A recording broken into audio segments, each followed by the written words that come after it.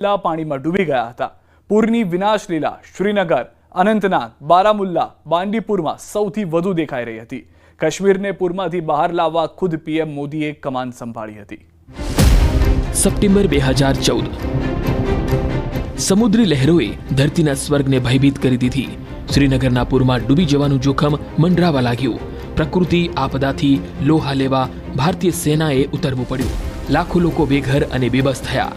કાશ્મીર ઘાટીમાં રાહત બચાવના કામની આગેવાની પ્રધાનમંત્રી નરેન્દ્ર મોદીએ જાતે કરી। તેમણે જમ્મુ કાશ્મીરને મદદ પહોંચાડવા માટે જેટલું શક્ય એટલું આર્થિક મદદ શરૂ કરી।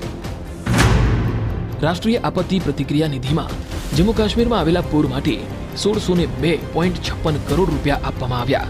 પ્રધાનમંત્રી રાહત નિધિમાંથી 770 કરોડની આર્થિક મદદ આપવામાં આવી। જમ્મુ કાશ્મીરના પુનઃ નિર્માણ માટે વધારાની સહાયતા કરતા 2437 કરોડ રૂપિયા આપવામાં આવ્યા। કુલ મળીને વિનાશકારી પૂરથી નિપટવા માટે 5000 કરોડની આર્થિક મદદ કરવામાં આવી। પ્રધાનમંત્રી નરેન્દ્ર મોદીએ માતા હીરાબા પાસેથી જન્મદિવસ પર મળેલા ભેટને પણ જમ્મુ કાશ્મીરની મદદ માટે સોંપી દીધી હતી। ઉપરાંત પીએમ મોદીએ ભવિષ્યને ધ્યાનમાં રાખીને જમ્મુ કાશ્મીરમાં આપત્તિ વ્યવસ્થાપનનું મજબૂત માળખું તૈયાર કર્યું। પૂર ત્રાસદીમાંથી બચાવનારા નરેન્દ્ર મોદીની ત્યારથી હૃદય ખોલીને પ્રશંસા શરૂ થઈ। પરંતુ કાશ્મીર વિશે પીએમ મોદીના પ્લાનનો આઈડિયા કોઈને ન હતો।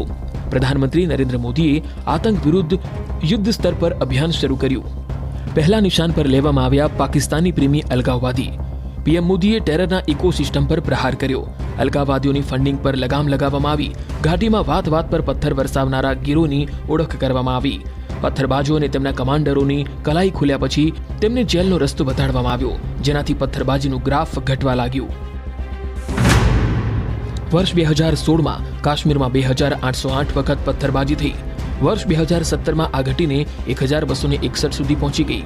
આગલા વર્ષ 2018માં માત્ર 759 વખત પથ્થરબાજી થઈ।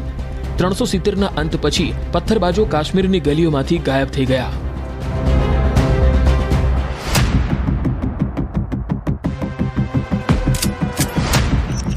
આતંકના પોસ્ટર બોય બનવાની ઈચ્છા રાખનારાઓને સુરક્ષા બળોએ સીધું જહન્નમનું ટિકિટ થમાવી દીધું।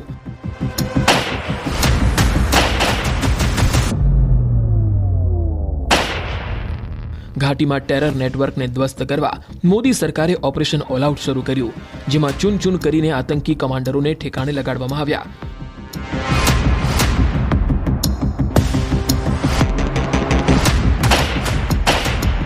આતંકીઓનો સફાયો શરૂ થતા જ હુમલાઓમાં ભારે ઘટાડો આવ્યો। વર્ષ 2019માં જમ્મુ કાશ્મીરમાં 286 આતંકી હુમલા થયા।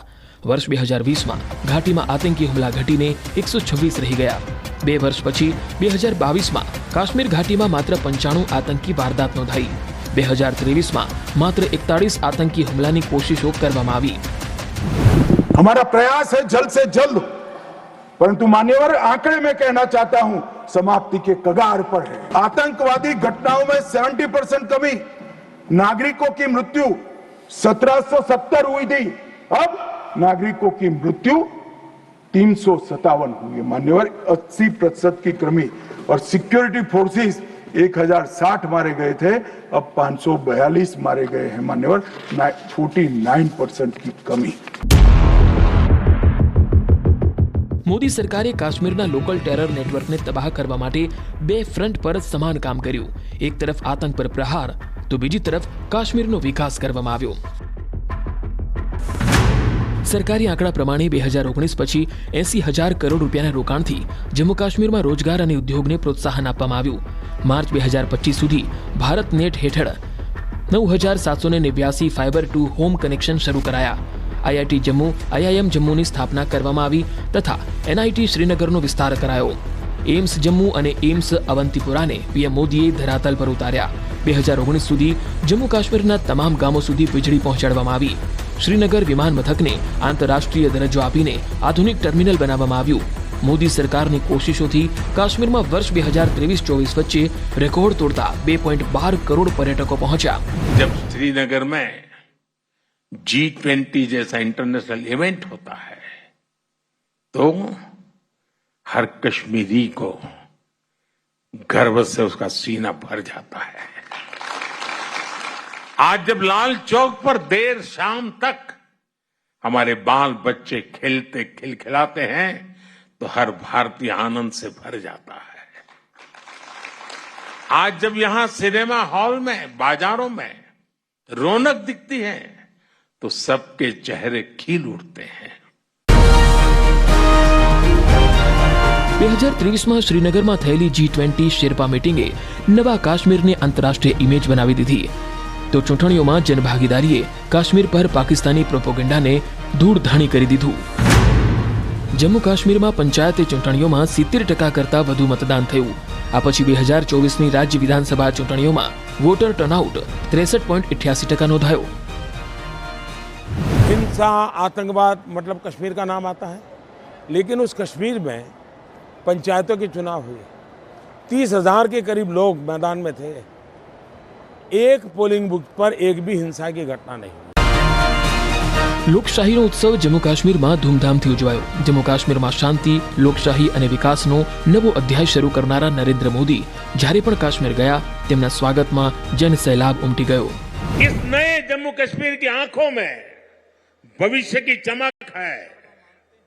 इस नए जम्मू कश्मीर के इरादों में चुनौतियों को पार करने का हौसला है। आपके इन मुस्कुराते चेहरे देश देख रहा है और आज 140 करोड़ देशवासी सुकून महसूस कर रहे हैं। જ્યારે જ્યારે ઘાટીમાં કેસરની સુગંધ અને ટ્યુલિપના રંગ ઘુલાય છે, કાશ્મીરથી ભારતની ખુશ્બુ ફેલાય છે।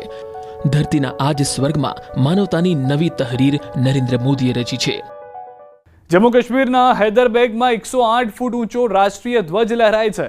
ઉત્તર કાશ્મીરના કુપવાડાના લંગેટ પાર્કથી એલઓસીની નજીક કમાન ચોકી સુધી 108 ફૂટ ઊંચો તિરંગો શાનથી લહેરાય છે।